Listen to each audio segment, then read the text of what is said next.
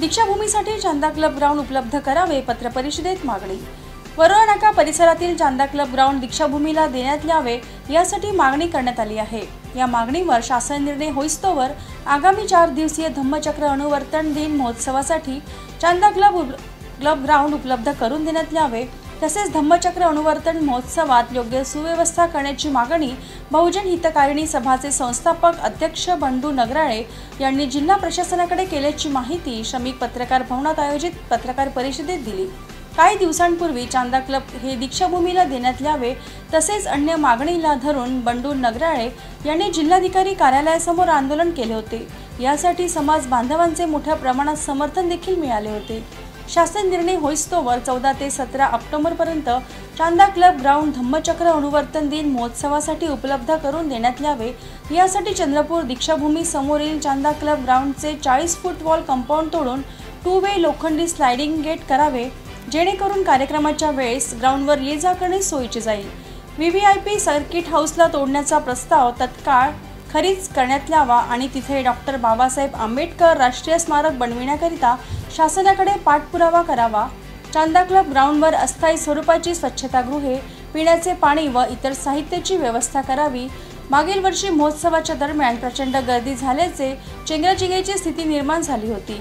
तशी परिस्थिती पुन्हा निर्माण होऊ नये यासाठी या गंभीर विषयाकडे लक्ष देण्याची मागणी पत्रकार परिषदेच्या माध्यमातून प्रशासनाकडे बंडू नगराळे यांनी केली आहे।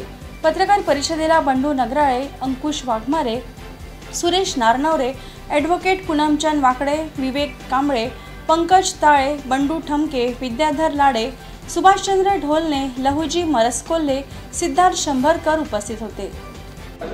चंद्रपूरच्या दीक्षाभूमीसाठी क्लब ग्राउंड देण्यात यावा ही मागणी आम्ही शासनाकडे केलेली आहे। त्याचप्रमाणे डॉक्टर बाबासाहेब आंबेडकरांचं VVIP सर्किट हाऊस हे न तोडता त्या ठिकाणी राष्ट्रीय स्मारक बनवा ही पण मागणी केलेली आहे। याच्यावर शासन निर्णय व्हायला वेळ लागेल, आम्ही या गोष्टीला जाणतो, परंतु आता दिशा ग्राउंडवर जो कार्यक्रम आहे 15-16 ऑक्टोबरला येत आहे, त्याची तारीख जवळ आलेली आहे। तेव्हा कलेक्टर साहेबांच्या अधिकारामध्ये काही 4 दिवसासाठी किमान क्लब ग्राउंड ते देऊ शकतात। त्यासाठी ते वॉल कंपाऊंड जे आहे क्लब ग्राउंडचं तोडावं आणि 2 वे रस्ता बनवून त्या ठिकाणी आम्हाला क्लब ग्राउंड 4 दिवसासाठी उपलब्ध करून द्यावं हे कलेक्टर साहेबांच्या अखत्यारीमध्ये आहे, त्याची आम्ही त्यांच्याकडे मागणी केली।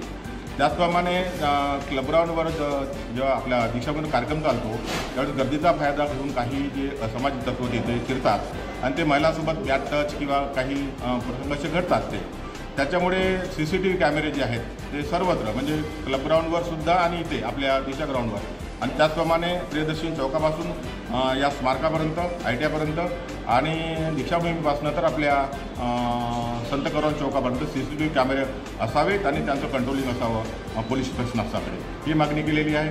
त्याचप्रमाणे आपल्या क्लब ग्राउंडवर स्वच्छतागृहे, पिण्याच्या पाण्याची व्यवस्था आणि दीक्षाभूमीवर जो कार्यक्रम चालतो त्याचं लाईव्ह स्ट्रीमिंगसाठी 4 स्क्रीनसुद्धा मोठ्या बसवाव्या अशी आम्ही कलेक्टर साहेबांकडे मागणी केलेली आहे। त्याचप्रमाणे VVIP जे सर्किट हाऊस आहे ते पाडण्याचा जो निर्णय झाला BNCचा तर त्याला तत्काळ तो प्रस्ताव त्यांचा रद्द करावा अशी सुद्धा आम्ही कलेक्टर साहेबांकडे मागणी केली आहे। ती त्यांच्या अखत्यारीमध्ये आहे।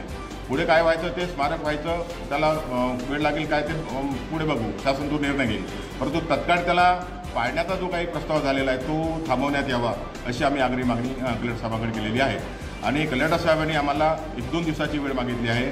2 दिवसामध्ये, कारण आम्ही 10 तारखेला मोठा धरणा केला होता पावसाचं वातावरण असतानासुद्धा, तेव्हा या 2-3 दिवसामध्ये जर कलेक्टर साहेबांनी जर निर्णय नाही घेतला तर आम्हाला नाईलाजाने मोठ्या आंदोलनाचा महामोर्चा जिल्हा स्तरावर महामोर्चासुद्धा काल देण्याची पाळी येऊ शकते आणि ही बाब आम्ही कलेक्टर महोदयांच्या लक्षात आणून दिली।